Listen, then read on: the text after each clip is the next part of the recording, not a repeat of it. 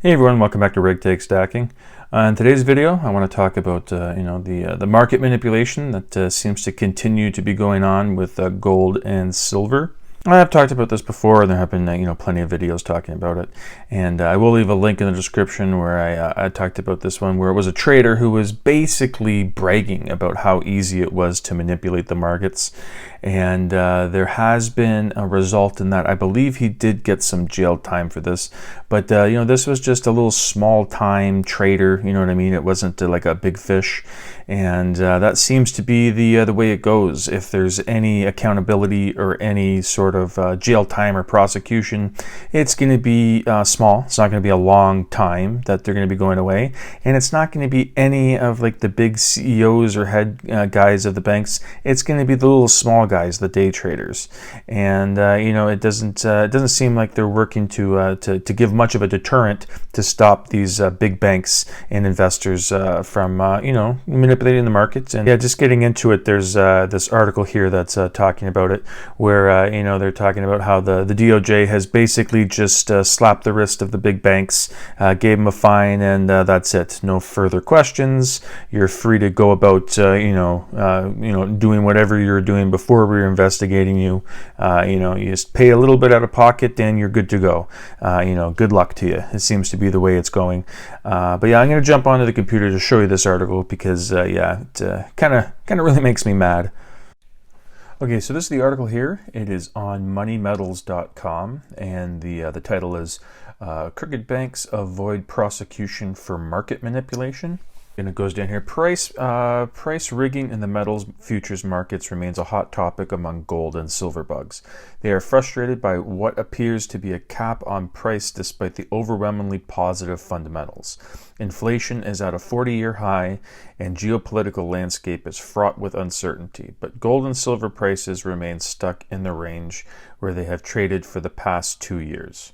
So yes, there are many factors with the inflation, and there are some things you can point at as to why gold and silver aren't keeping up with inflation. I'll leave a link to a video talking about that exact thing.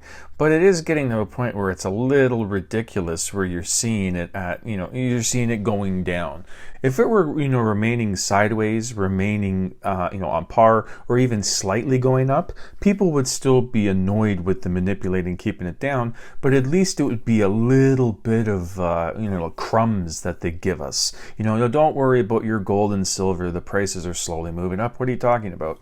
But when you're expecting big changes and you're seeing the prices going down, that's 10 times worse than no movement at all.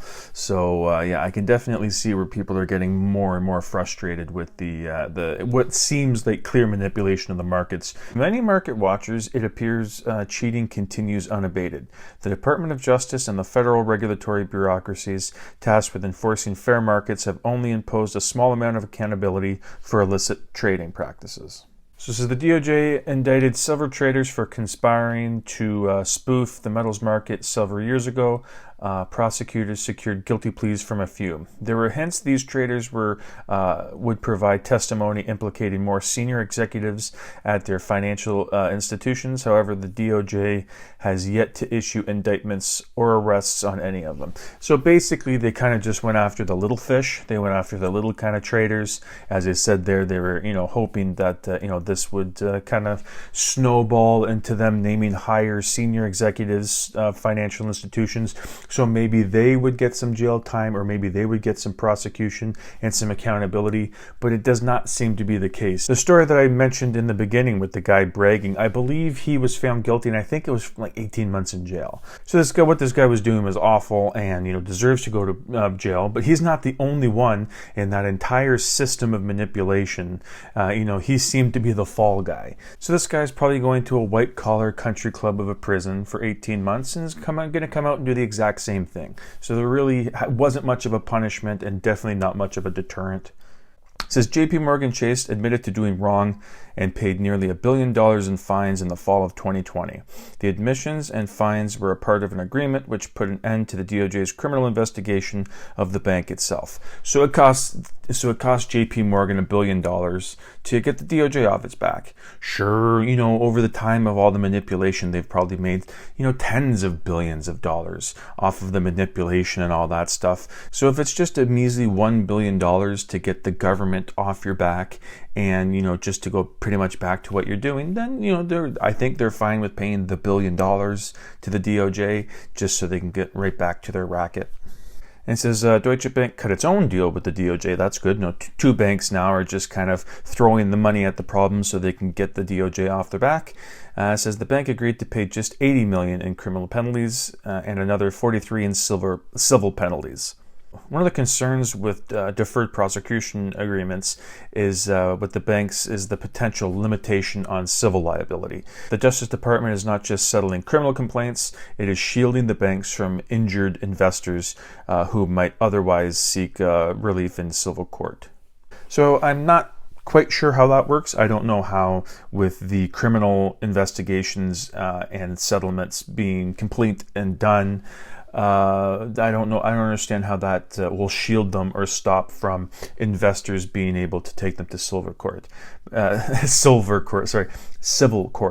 But many have wondered why more gold and silver investors didn't pursue class action suits for damages. A major suit that had already been underway was blocked during the federal prosecution, and DOJ's resolution appears to hamper private litigants. So yeah, DOJ gets their money from these big banks to turn the other way, and basically says screw you to the investors. You're not going to get any of your money back that these people clearly stole. So the money that these people clearly stole from you are now, a portion of it are going to us, just, as a little slap on the wrist. And then they'll just be able to do whatever they want, going forward, because it does not seem to be, any deterrent in place. And, for a lot of these banks, $1 billion seems to be like $100 fine for some of us. It's not a big deal if that's the price they have to pay to get away with, the massive amounts of money they're making with the manipulation they're doing. So this system completely seems 100% broken. I don't know how they're going to fix it. But yeah, I really don't know what the answer is to this. It just seems like the big banks will do whatever they want, maybe get a light little fine, and then they're on their way.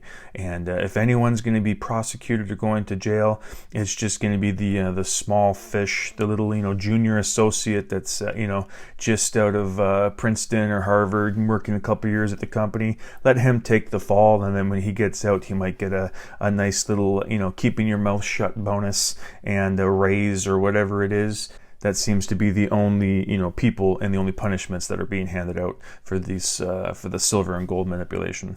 So there you go. That was the article. And like I said at the beginning, it pisses me off when I read stuff like this because it just further shows and further confirms that there basically isn't going to be much of an end to any of this manipulation until they actually start, investigating into these banks like they want to find something, you know what I mean? Because it just seems like they're very, very eager just to get a payment. Like Deutsche Bank, and I forget what the other one was in the article. They just had to pay, a couple, not even, I think it was close to 100 million. Deutsche Bank did, and the other one paid $1 billion just to get the DOJ off their back, and that's it. Clear sailing. Good luck with everything else that you're doing, and they're basically just going to maybe lay low for a while just to not be directly back on their radar. But after a couple of months, I can see them just getting back to their old form and getting right back into what they're doing. If, and this is a big if they even take that time off to begin with. They could get this, slap on the wrist, and then the next day probably continue their manipulation. Because, again, the deterrent just does not seem to be there for these big banks. And hopefully that changes, because this is... it's garbage, you know what I mean, for people that are, following it and hoping to see the silver and gold go up. It's you can clearly see that there's something going on with the way the markets are reacting to everything, and hopefully that changes in the near future. But I'm not holding my breath. I would like to hear from you guys. I do know a lot of people that are talking about, when they're stacking silver and gold, they consider this to be on sale. So they want to take advantage of the low prices before they go up, because the prices are being manipulated down. And who knows, there might come a time where the people that are manipulating the stuff, it would benefit them for with the prices going up. So that might come around too. So that's what a lot of people are saying, that silver and gold are on sale right now until that, I'm not saying it's going to happen, but there could be a situation where the manipulation might swing the prices upwards. But anyways, that's it for today's video. Thank you so much for watching, and hope you come back for the next one. Thank you.